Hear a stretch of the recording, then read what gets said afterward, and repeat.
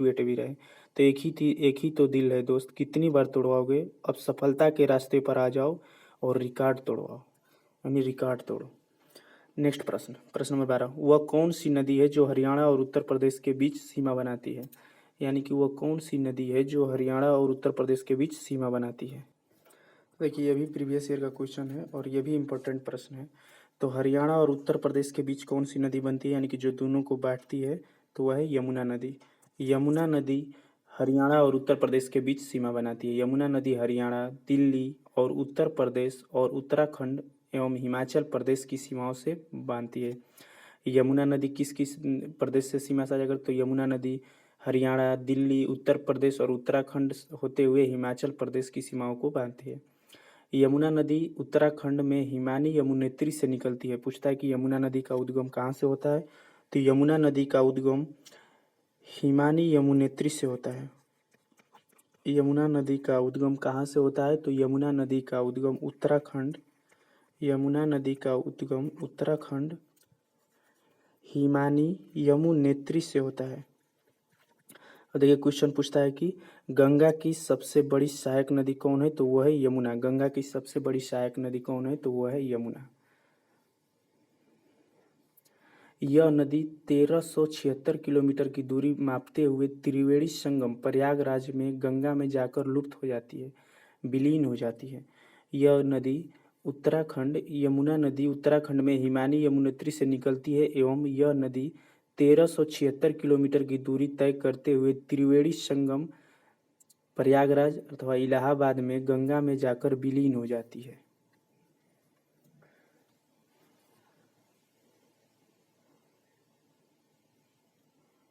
हम आ जाएंगे नेक्स्ट प्रश्न पे। निम्नलिखित में से कौन सा राष्ट्रीय राजमार्ग पूर्णतः उत्तर प्रदेश राज्य के अंतर्गत आता है? यानी कि इसमें से कौन सा नेशनल हाईवे उत्तर प्रदेश में आता है? तो वो आता है एनएच। एनएच का फुल फॉर्म होता है नेशनल हाईवे, तो एनएच 509। कौन सा राष्ट्रीय राजमार्ग पूर्णतः उत्तर प्रदेश के अंतर्गत आता है? तो वो होता है एनएच 509।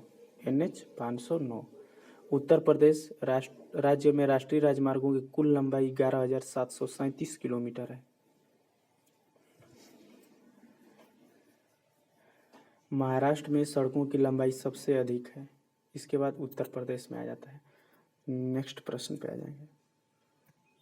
उत्तर प्रदेश के किस जिले में चंबल नदी यमुना नदी में मिलती है? तो चंबल नदी यमुना नदी में किस जिले में मिलती है? तो वो मिलती है इटावा में। इटावा में, उत्तर प्रदेश के इटावा में चंबल नदी यमुना में मिलकर लुप्त हो जाती है। इसकी लंबाई कितनी है? चंबल नदी की लंबाई है 965 किलोमीटर। चंबल नदी की लंबाई कितनी है? तो वो है 965 किलोमीटर। यह किस राज्य से होकर बहती है? तो मध्य प्रदेश, राजस्थान एवं उत्तर प्रदेश। पूछता है कि चंबल नदी पर कौन सा बांध स्थित है? तो गांधी सागर, राणा प्रताप सागर, गांधी सागर एवं जवाहर सागर, ये सभी बांध चंबल नदी के तट पर, चंबल नदी पर स्थित है। अब देखिए यमुना के बारे में भी दिया है, तो यमुना के बारे में जान लेते हैं। तो यमुना यमुनेत्री ग्लेशियर उत्तराखंड से निकलती है और 1376 किलोमीटर बहते हुए प्रयागराज में जाकर संगम नदी गंगा में मिलकर लुप्त हो जाती है। यमुना की सहायक नदियां कौन कौन सी है? तो वह चंबल, बेतवा, केन, सिंध, वाघिनी दाहिनी तरफ से। पूछता है कि यमुना नदी किस राज्य में बहती है? तो उत्तराखंड, हिमाचल प्रदेश, उत्तर प्रदेश, हरियाणा एवं दिल्ली। यमुना नदी पर कौन सा बांध स्थित है? तो यमुना नदी पे बांध है गोकुल बैराज बांध और इचरी बांध और लखवार बांध और ताजेवाज बैराज। नेक्स्ट प्रश्न पे आ जाएंगे। प्रश्न है उत्तर मध्य क्षेत्र सांस्कृतिक केंद्र उत्तर प्रदेश के कहाँ स्थित है, किस जिले में? तो यह स्थित है उत्तर प्रदेश सांस्कृतिक केंद्र उत्तर प्रदेश के प्रयागराज में स्थित है, जिसका पहले नाम इलाहाबाद था, जो वर्तमान में प्रयागराज के नाम से है। तो वहाँ पे स्थित है। वाराणसी में क्या है? तो वाराणसी में है भारत कला भवन। वाराणसी में क्या स्थित है? तो वाराणसी में है भारत कला भवन। भारत कला भवन वाराणसी में स्थित है। एवं ललित कला अकादमी लखनऊ में स्थित है। बहुत पूछता है लखनऊ में कौन से स्थित है? तो लखनऊ में है ललित कला अकादमी। ललित कला अकादमी लखनऊ में स्थित है। ल से ललित, ल से ललित कला अकादमी। अब हम आ जाएंगे नेक्स्ट प्रश्न पे, प्रश्न नंबर 16। उत्तर प्रदेश का त्रिवेणी संगम निम्नलिखित में से किन नदियों के संगम का स्थान है? उत्तर प्रदेश का त्रिवेणी संगम यानी कि उत्तर प्रदेश में जो संगम का स्थान है जो कहाँ है, तो वो है इलाहाबाद। वर्तमान नाम है इसका प्रयागराज। इलाहाबाद वर्तमान नाम है प्रयागराज में।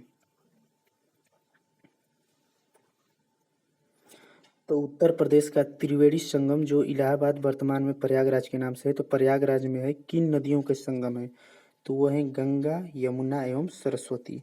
गंगा, यमुना एवं सरस्वती तीनों नदियां आकर उत्तर प्रदेश के प्रयागराज में मिलती हैं। उसे ही त्रिवेणी संगम के नाम से जाना जाता है। कुछ क्वेश्चन डायरेक्ट यहाँ से बनता है कि त्रिवेणी संगम कहाँ स्थित है, तो वो है इलाहाबाद में स्थित यानी प्रयागराज में। और वो क्रम भी पूछता है, तो क्रम कौन सा है, तो गंगा, यमुना और सरस्वती तीनों नदियां आकर मिलती हैं, इसीलिए त्रिवेणी संगम कहा जाता है। देखिए फैक्ट भी जान लेते हैं। नर्मदा नदी को मध्य प्रदेश का जीवन रेखा भी कहा जाता है। नर्मदा नदी मध्य भारत की एक नदी है जिसे मध्य प्रदेश और गुजरात राज्य के कई मायनों में योगदान देने के लिए मध्य प्रदेश की जीवन रेखा कहा जाता है। क्वेश्चन पूछता है कि मध्य प्रदेश की जीवन रेखा किस नदी को कहा जाता है, तो वो नर्मदा नदी को कहा जाता है। सिंधु नदी एशिया की सबसे लंबी नदी है। सिंधु नदी एशिया की सबसे लंबी नदी है। अब हम आ जाएंगे नेक्स्ट प्रश्न पे, प्रश्न नंबर हो जाएगा 17। सारनाथ किस धर्म के लिए प्रसिद्ध है? सारनाथ किस धर्म के लिए प्रसिद्ध है? देखिए ये भी प्रीवियस ईयर का क्वेश्चन है, वेरी वेरी इंपॉर्टेंट है। सारनाथ किस धर्म के लिए प्रसिद्ध है? तो सारनाथ बौद्ध धर्म के लिए प्रसिद्ध है। सारनाथ बौद्ध धर्म के लिए प्रसिद्ध है। सारनाथ में बुद्ध ने अपना पहला उपदेश दिया था। सारनाथ में गौतम बुद्ध ने अपना प्रथम उपदेश दिया था और सबसे ज्यादा उपदेश दिए थे श्रावस्ती में। और देखिए सारनाथ यह गंगा और वरुणा नदी के संगम के पास स्थित है। सारनाथ को मृगदाव भी कहा जाता है। क्वेश्चन पूछ देगा कि मृगदाव किसे कहा जाता है, तो मृगदाव कहा जाता है सारनाथ को, क्योंकि यहाँ हिरण पार्क इस भी स्थित है। इसीलिए गौतम बुद्ध ने पहले धर्म के बारे में सारनाथ हिरण पार्क में ही शिक्षा दिया था। नेक्स्ट प्रश्न पे आ जाएंगे। निम्नलिखित में से उत्तर प्रदेश में किस स्थान पर भारतीय पशु चिकित्सालय स्थित है? तो भारतीय पशु चिकित्सालय उत्तर प्रदेश में कहाँ है? भारतीय पशु चिकित्सालय तो वो है इज्जत नगर बरेली। कहाँ स्थित है? तो वो है इज्जत नगर बरेली में स्थित है। अब हम आ जाएंगे नेक्स्ट प्रश्न पे, प्रश्न नंबर 19। उत्तर प्रदेश का चरकुला क्या है? उत्तर प्रदेश का चरकुला क्या है? तो चरकुला क्या है? तो चरकुला है ब्रज क्षेत्र का पारंपरिक लोक नृत्य। उत्तर प्रदेश का चरकुला ब्रज क्षेत्र का पारंपरिक लोक नृत्य है। यह भी प्रीवियस ईयर में पूछा गया, वेरी वेरी इंपॉर्टेंट है। नृत्य से क्वेश्चन बनते ही बनते हैं Uttar Pradesh constable police exam में। तो उत्तर प्रदेश का चरकुला क्या है? ब्रज क्षेत्र का पारंपरिक लोक नृत्य। क्वेश्चन पूछता है कि चरकुला किस क्षेत्र से संबंधित है, तो वो है ब्रज क्षेत्र से संबंधित। अब देखिए यह विशेष रूप से होली उत्सव के बाद तीसरे दिन मनाया जाता है। विशेष रूप से होली उत्सव के बाद तीसरे दिन मनाया जाता है। उत्तर प्रदेश के लोक संगीत, संगीत भी पूछता है कि उत्तर प्रदेश का लोक संगीत कौन सा है, तो वो है बंजारा और नजौ, कजली और कजरी, जरेवा और सदवाजरा संगवा। नेक्स्ट प्रश्न पे आ जाएंगे। यह क्लास आप are K Rozgar study YouTube channel पे देख रहे हैं, जो अभी हाल ही में 23 जून 2023 को क्रिएट किया गया है। तो अगर आपको वीडियो पसंद आ रहा है तो कमेंट बॉक्स में कमेंट जरूर करें, वीडियो को लाइक शेयर एंड चैनल को सब्सक्राइब जरूर करें और कमेंट बॉक्स में कमेंट करके अपनी राय वीडियो से संबंधित जरूर दें। और अगर आप हमारे वीडियो चैनल से जुड़े हैं तो आप प्लेलिस्ट जरूर चेक करें। यह channel specially UP police constable को टारगेट करके बनाया गया है। इस पे यूपी पुलिस कांस्टेबल सहित अन्य कॉम्पिटिटिव एग्जाम को टारगेट करके math, reasoning, Hindi, GK, GS एवं करंट अफेयर की अल्टरनेट डे पे क्लास चलाई जा रही है, जिसको आप प्ले लिस्ट में जाकर सीरियल नंबर से चेक कर सकते हैं। ट्रिकी सॉल्यूशन के साथ यह क्लास दी जा रही है, तो आप क्लास जरूर देखें और क्लास से संबंधित कमेंट करके अपनी राय जरूर दें। देखिए नेक्स्ट प्रश्न है फिल इन द ब्लैंक है, यानी यहाँ पे खाली स्थान भरना है। एक रंगीन और मंत्रमुग्ध मेला है जो उत्तर प्रदेश के मेरठ में प्रत्येक वर्ष होली के कुछ दिनों बाद आयोजित किया जाता है। देखिए इस क्वेश्चन का डायरेक्ट पूछने का मतलब यह है कि उत्तर प्रदेश के मेरठ में होली के समय कौन सा त्यौहार मनाया जाता है? तो उत्तर प्रदेश के मेरठ में होली के समय नौचंदी मेला लगता है। उत्तर प्रदेश के क्वेश्चन डायरेक्ट पूछता है कि नौचंदी मेला उत्तर प्रदेश के किस जिले से संबंधित है? तो मेरठ से संबंधित है। यह कब होता है? तो यह होली के कुछ दिनों के बाद होता है। अब देखिए, पहला है कुंभ मेला। कुंभ मेला, तो कुंभ मेला आप जानते होंगे कि प्रयाग अथवा इलाहाबाद में आयोजित होने वाला कुंभ मेला विश्व का सबसे बड़ा मेला है। विश्व का सबसे बड़ा मेला कुंभ मेला है, जो उत्तर प्रदेश के इलाहाबाद अथवा वर्तमान समय में प्रयागराज हो गया तो प्रयागराज में लगता है। यह प्रत्येक 12 वर्षों पे लगता है। कुंभ मेला प्रत्येक 12 वर्षों पे लगता है। यह गंगा, यमुना और पौराणिक नदी सरस्वती के संगम स्थान पर के लिए लगभग 48 दिनों तक आयोजित हुआ होता है। 48 दिनों तक रहता है। अब देखिए, बटेश्वर मेला बहुत पूछता है कि बटेश्वर मेला कहाँ लगता है? तो बटेश्वर मेला आगरा में आयोजित होता है। बटेश्वर मेला आगरा में आयोजित होने वाला उत्तर भारत के सबसे बड़े मेले में से एक है। इसे ऊंट मेला या पशु मेला भी कहा जाता है। तो देखिए, बटेश्वर मेला अभी लिख दे रही है, बहुत पूछता है। बटेश्वर मेला, बटेश्वर मेला कहाँ लगता है? तो बटेश्वर मेला आगरा में लगता है। ये किसके लिए है? तो यह पशुओं के संबंधित है। आगरा में पशु से संबंधित है। पशुओं का सबसे बड़ा मेला है। अब देखिए, नौचंदी मेला, तो नौचंदी मेला आप देख ही लिए। नौचंदी मेला मेरठ के नौचंदी मैदान में आयोजित होता है। यह वार्षिक भारतीय मेला यानी हर वर्ष लगता है। अब रामनवमी मेला, रामनवमी ये भी पूछता है, बड़ी बहुत पूछता है कि रामनवमी मेला कब लगता है? तो देखिए, रामनवमी मेला, रामनवमी मेला यह नवरात्रि महोत्सव के 9वें दिन भगवान राम के जन्म का जश्न मनाने के लिए अयोध्या में लगता है। रामनवमी मेला कहाँ लगता है? तो रामनवमी मेला अयोध्या में लगता है। अयोध्या का नृत्य मेला है। तो रामनवमी अयोध्या में, रामनवमी मेला नवरात्रि महोत्सव के 9वें दिन भगवान राम के जन्म का जश्न मनाने के लिए अयोध्या में मनाया जाता है।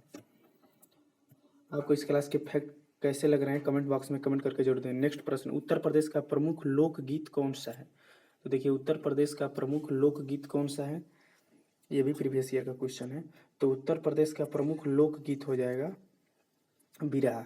बिरहा उत्तर प्रदेश का प्रथम लोकगीत है। उत्तर प्रदेश का प्रथम लोकगीत है बिरहा। कव्वाली, कव्वाली उत्तर भारतीय लोक परंपरा से आती है। तो कव्वाली जिसको नहीं, लेकिन उत्तर प्रदेश का बिरहा लोक नृत्य है। अब हम आ जाएंगे नेक्स्ट प्रश्न पे। प्रश्न नंबर 22, रागिनी, ढोला, स्वांग उत्तर प्रदेश के किस क्षेत्र के लोक नृत्य हैं? रागिनी, ढोला, स्वांग उत्तर प्रदेश के किस क्षेत्र के लोक नृत्य हैं? तो वो है पश्चिमी क्षेत्र के। पश्चिमी क्षेत्र के रागिनी, ढोला, स्वांग पश्चिमी क्षेत्र के लोक नृत्य हैं।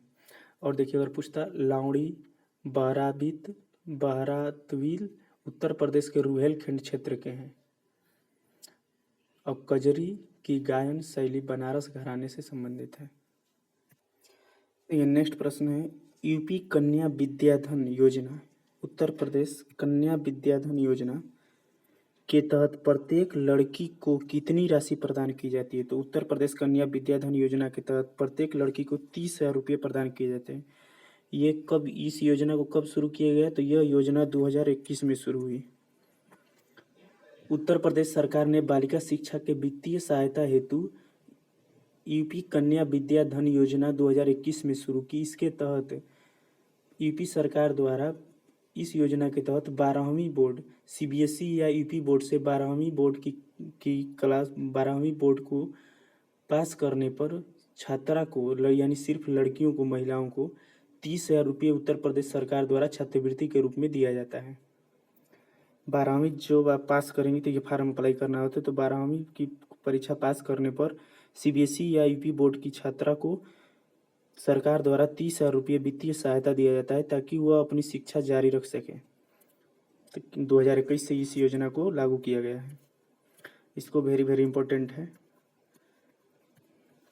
क्योंकि बहुत लोग इसके बारे में जानते ही नहीं है। तो यूपी कन्या विद्याधन योजना 2021 में शुरू हुई। इसके तहत 12वीं पास छात्रा को 30,000 रुपये सरकार द्वारा आवंटित की जाती है। नेक्स्ट प्रश्न, उत्तर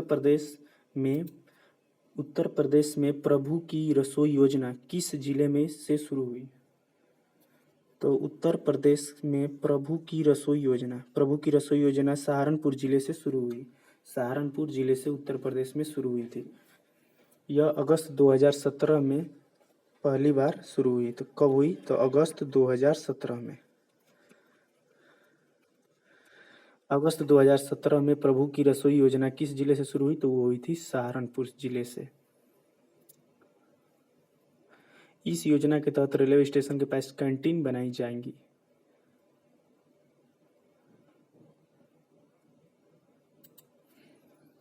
इस योजना में मुफ्त भोजन का व्यवस्था हो। उत्तर प्रदेश कौशल सतरंग योजना का संबंध किससे है? उत्तर प्रदेश कौशल सतरंग योजना का संबंध किससे है?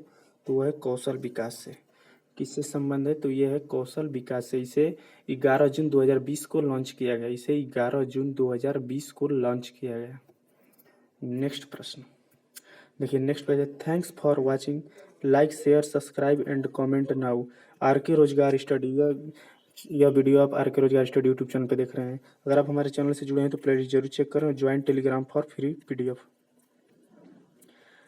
इस क्लास की पीडीएफ पाने के लिए आप टेलीग्राम ग्रुप को जरूर ज्वाइन करें। किस प्रकार ज्वाइन कर सकते हैं? तो चैनल के अबाउट सेक्शन में जाकर स्क्रॉल करके जब आप नीचे आएगा तो वहीं पे टेलीग्राम ग्रुप का लिंक दिया है, उसी को क्लिक करके आप टेलीग्राम ग्रुप को जरूर ज्वाइन करें। वहीं पे आपको इसका फ्री पीडीएफ प्राप्त होगा। पार्ट 4 नेक्स्ट वीडियो में कवर किया जाएगा, जिसमें भी टॉप 25 यूपी के टॉप 25 यूपी के क्वेश्चन हुए तो आपके रिस्पॉन्स के अनुसार। तो थैंक्स फॉर वॉचिंग। वीडियो को like share and subscribe channel को जरूर करें। Thanks for watching.